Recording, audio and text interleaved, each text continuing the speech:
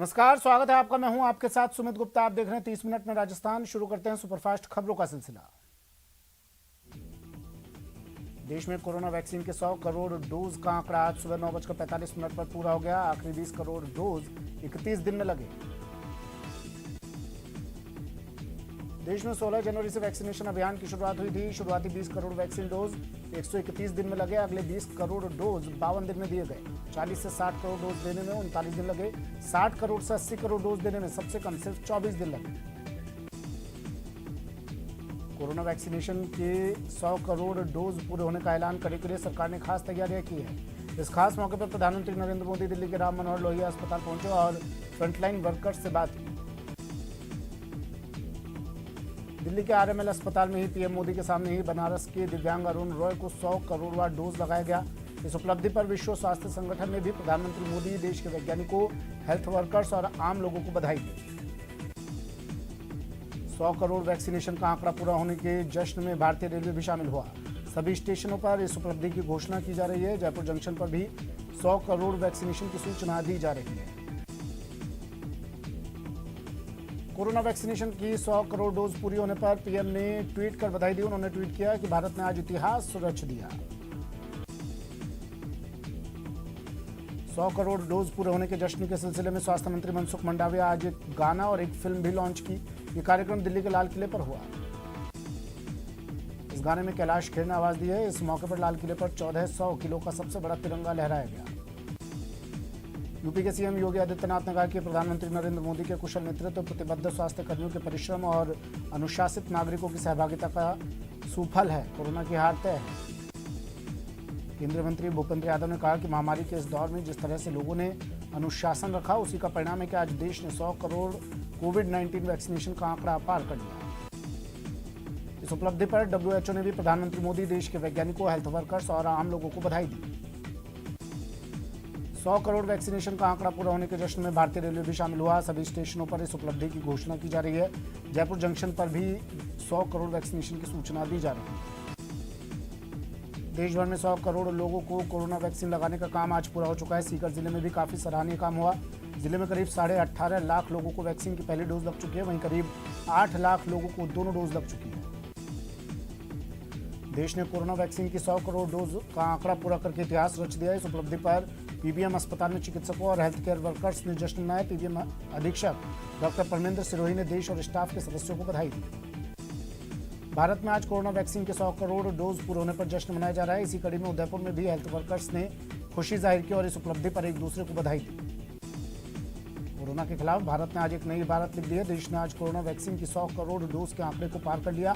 इस उपलब्धि पर श्रीगंगानगर में भी लोगों ने खुशी जाहिर की। मध्य प्रदेश में भिंड जिले के बबेड़ी गांव में भारतीय वायुसेना का एक मिराज 2000 विमान क्रैश हो गया।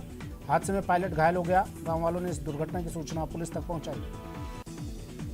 सुप्रीम कोर्ट ने कहा है कि किसानों को विरोध करने का अधिकार है, लेकिन सड़कों को अनिश्चित समय तक ब्लॉक नहीं किया जा सकता है। अदालत ने किसान संघों से सड़कों से विरोध कर रहे किसानों को हटाने की मांग वाली याचिका पर अपना जवाब दाखिल करने के लिए कहा। क्रूज ड्रग्स केस की जांच जैसे जैसे आगे बढ़ रही है, नए नए खुलासे हो रहे हैं। एनसीबी की टीम आज एक्ट्रेस अनन्या पांडे के घर पहुंची।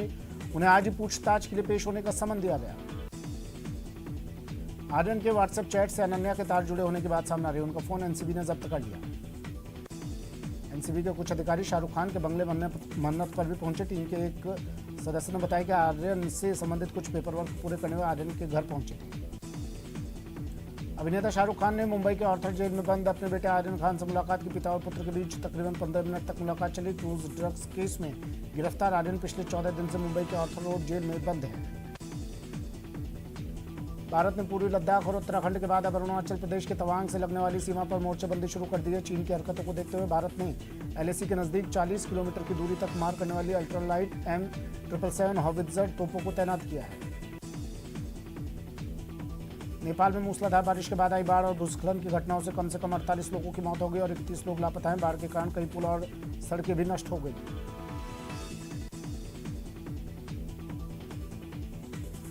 उत्तर प्रदेश के रामनगर बैराज से पानी छोड़े जाने के बाद कई इलाकों में बाढ़ के हालात पैदा हो गए। मुरादाबाद में तो सड़कें समंदर में तब्दील हो गई। पानी की वजह से बसों को जहां तहां रोकना पड़ा, जिससे यात्रियों को भारी परेशानी हुई। भारी बारिश ने पश्चिम बंगाल में भी खासी तबाही मचाई। राज्य के 24 परगना जिले में बारिश के कारण धान की फसल के साथ साथ सब्जी की फसलों को भी भारी नुकसान हुआ। बांग्लादेश में हिंदुओं के खिलाफ हुए हमले पर पूरे देश में उबाल है। इस घटना के विरोध में यूपी के प्रयागराज में विश्व हिंदू परिषद ने मार्च निकाला और प्रदर्शन किया।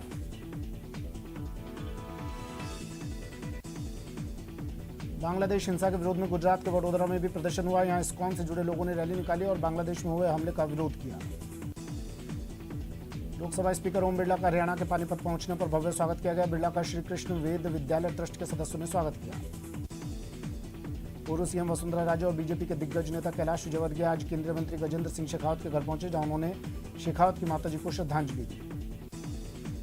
विधानसभा में 560 किलोवाट क्षमता की grid connected solar power plant का शुभारंभ हुआ। स्पीकर डॉक्टर सीपी जोशी ने विधिवत रूप से इसका शुभारंभ किया। मुख्य सचेतक डॉक्टर महेश जोशी, सभापति राजेंद्र पारिक और पूर्व विधानसभा अध्यक्ष दीपेंद्र सिंह शेखावत समेत कई विधायक और अधिकारी इस दौरान मौजूद रहे। दौसा में डीएपी के लिए किसानों ने जमकर हंगामा किया। किसान सहकारी समिति की दुकान के बाहर जमा हो गए। हालात ऐसे हो गए कि किसान गेट पर चढ़कर दुकान में जा घुसे। बाड़मेर में भी किसानों को डीएपी खाद नहीं मिल पा रही है। पिछले 3 दिनों से किसान खाद के लिए परेशान है। सबसे ज्यादा जरूरत डीएपी और सिंगल सुपर फास्फेट की है, जिसका स्टॉक जिले में खत्म हो चुका है। जयपुर शहर परिवहन सेवा यानी जेसीटीएसएल के कर्मचारी आज से अपनी 9 सूत्री मांगों को अनिश्चितकालीन हड़ताल पर लेकर चले गए। वहीं जेसीटीएसएल प्रबंधन ने हड़ताल पर जाने वाले कर्मचारियों के खिलाफ कड़ी कार्रवाई के आदेश जारी किए। बांसवाड़ा में मनरेगा तकनीकी सहायक कर्मचारियों का धरना जारी रहा। कर्मचारियों ने सरकार के लिए सद्बुद्धि यज्ञ किया। अलवर के राजीव गांधी अस्पताल, जनाना अस्पताल और गीतानंद शिशु अस्पताल में ठेके पर लगे सफाई कर्मी, वार्ड बॉय, गार्ड और ठेके पर लगे दूसरे कर्मचारियों ने काम बंद कर दिया है। कर्मचारियों ने ठेकेदार और अस्पताल प्रशासन पर धांधली का आरोप लगाया और पिछले 2 महीने से वेतन नहीं मिलने की शिकायत की। कर्मचारियों की माने तो ठेकेदार उनका पीएफ का पैसा भी जमा नहीं करवाता। भरतपुर के कुम्हेर उपखंड के गांव नगला मना में ग्रामीणों ने सरकारी विद्यालय पर ताला जड़ दिया। ग्रामीणों का कहना है कि उच्च प्राथमिक विद्यालय के बाहर कीचड़ ही कीचड़ है, जिसके चलते छात्रों को काफी परेशानी होती है। बीजेपी ने राज्य में बढ़ रही बेरोजगारी और महिलाओं पर हो रहे अत्याचार के विरोध में सवाईमाधोपुर में प्रदर्शन किया और गहलोत सरकार के खिलाफ नारेबाजी की। धौलपुर में पेंशनर्स की मेडिकल दुकान पिछले 10 दिनों से बंद है, जिससे पेंशनर्स को दवाइयां नहीं मिल पा रही। इससे नाराज लोगों ने दुकान के गेट पर प्रदर्शन किया। पुलिस शहीद दिवस के मौके पर जयपुर में राजस्थान पुलिस अकादमी स्थित शहीद स्मारक पर समारोह आयोजित किया गया। डीजीपी एमएल लाठर ने शहीदों को श्रद्धांजलि अर्पित की। इस मौके पर आरएसी की टुकड़ी ने परेड कमांडर सौरभ तिवारी के नेतृत्व में गार्ड ऑफ ऑनर दिया। शहीद पुलिसकर्मियों का नाम स्मरण किए जाने के बाद लास्ट पोस्ट की धुन बजाई गई। अजमेर में पुलिस दिवस का आयोजन पुलिस लाइन में किया गया, जिसकी अध्यक्षता पूर्व डीजीपी भूपेंद्र यादव ने की। इस दौरान शहीद स्मारक पर शहीद पुलिस जवानों को श्रद्धांजलि दी गई, साथ ही सशस्त्र सलामी दी गई। झालावाड़ में भी आज पुलिस शहीद स्मृति दिवस पर कार्यक्रम का आयोजन किया गया। पुलिस परेड ग्राउंड पर पुलिस अधिकारियों और जवानों ने शहीद पुलिसकर्मियों को पुष्प चक्र चढ़ाकर अपनी श्रद्धांजलि दी। अलवर जिले में आज पुलिस शहीद दिवस पर शहीद पुलिसकर्मियों ने श्रद्धांजलि अर्पित कर उन्हें याद किया। इस मौके पर पुलिस लाइन में परेड का आयोजन हुआ। डूंगरपुर के रिजर्व पुलिस लाइन परिसर में पुलिस शहीद दिवस मनाया गया। इस दौरान पुलिस अधिकारियों ने शहीद स्मारक पर पुष्प गुच्छ चढ़ाए। बीकानेर पुलिस लाइन में भी पुलिस शहीद दिवस पर पुलिस अधिकारियों और जवानों ने शहीदों को श्रद्धांजलि दी। आईजी प्रफुल्ल कुमार और एसपी योगेश यादव ने पुष्प चक्र चढ़ाकर शहीदों को नमन किया। चित्तौड़गढ़ के रिजर्व पुलिस लाइन में पुलिस शहीद स्मृति दिवस मनाया गया, जिसमें एसपी राजेंद्र प्रसाद गोयल सहित अन्य आला अधिकारियों ने शहीद पुलिसकर्मियों को पुष्प चक्र चढ़ाकर श्रद्धांजलि दी। धौलपुर में भी पुलिस शहीद दिवस मनाया गया। पुलिस लाइन परिसर शहीदों को श्रद्धांजलि दी गई। इस मौके पर पुलिस के तमाम उच्चाधिकारी मौजूद रहे। बांसवाड़ा में भी पुलिस शहीद दिवस मनाया गया। यहाँ पुलिस लाइन में शहीद पुलिस जवानों को एसपी सहित सभी ने श्रद्धांजलि दी।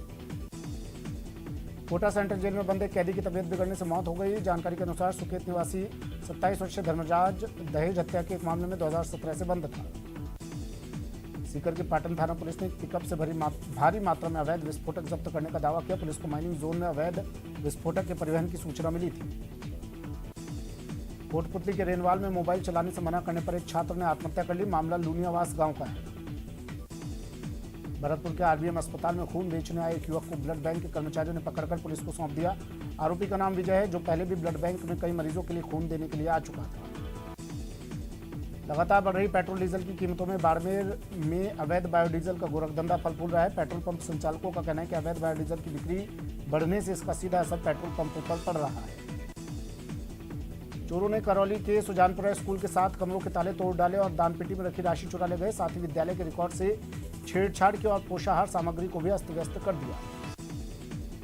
दौसा पुलिस की साइबर टीम ने एक शातिर अपराधी को गिरफ्तार किया है। गिरफ्तार निहाल गुजर पर शराब के ठेकों की बोली के लिए आवेदक के आईडी और पासवर्ड चुराने का आरोप है।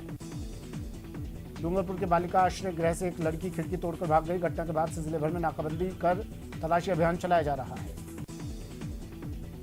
कोटा के सांगोद सहित अलग अलग इलाके में बगुलों की मौत एक रहस्य बना हुआ है। इस इलाके में सफेद बगुले तड़प तड़प कर दम तोड़ रहे हैं। पिछले 3 दिनों में करीब 85 बगुलों की मौत हुई है।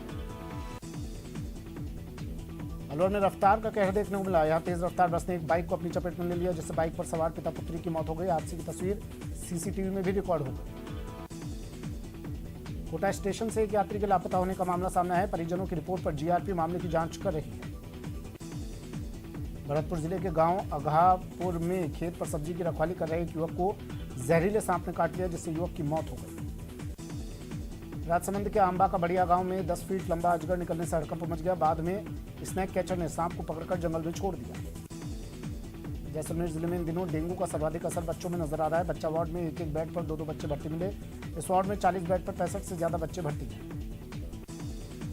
राजसमंद खाद्यान्न व्यापार मंडल का स्नेह मिलन सम्मेलन और नवीन कार्यकारिणी का शपथ ग्रहण समारोह केलवा स्थित भिक्षु निलयम सभागार में आयोजित किया गया। केंद्रीय मंत्री एसपी सिंह बघेल के बयान पर कांग्रेसियों में आक्रोश है। बघेल ने उपचुनाव के चुनाव प्रचार के दौरान सीएम अशोक गहलोत पर जमकर निशाना साधा था। त्योहारी सीजन में बढ़ती यात्रियों की भीड़ को ध्यान में रखते हुए रेल प्रशासन ने सूरत सुबेदारगंज के बीच साप्ताहिक स्पेशल ट्रेन चलाने का निर्णय लिया है। अलवर के खैरथल कस्बे के किरवारी गांव के लोग कीचड़ और गंदगी से परेशान हैं। बार बार शिकायत के बावजूद भी जनप्रतिनिधि और प्रशासन ने अभी तक कोई सुनवाई नहीं की।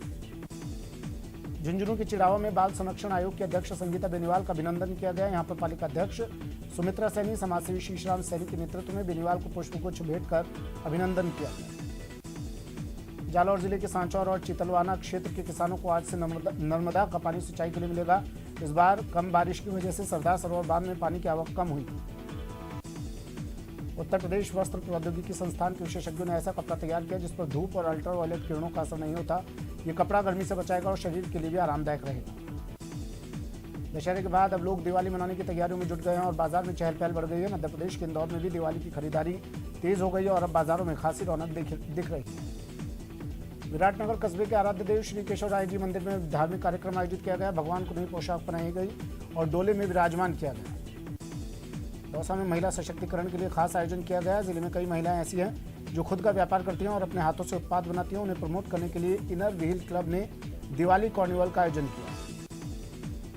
आज़ादी का अमृत महोत्सव के तहत सऊदी अरब में कार्यक्रम का आयोजन किया गया। भारतीय दूतावास के इस कार्यक्रम में मरुधरा के बाशिंदों ने ऐसा समा बांधा कि सऊदी अरब के लोग राजस्थान के गीत संगीत के दीवाने हो गए। और बड़ी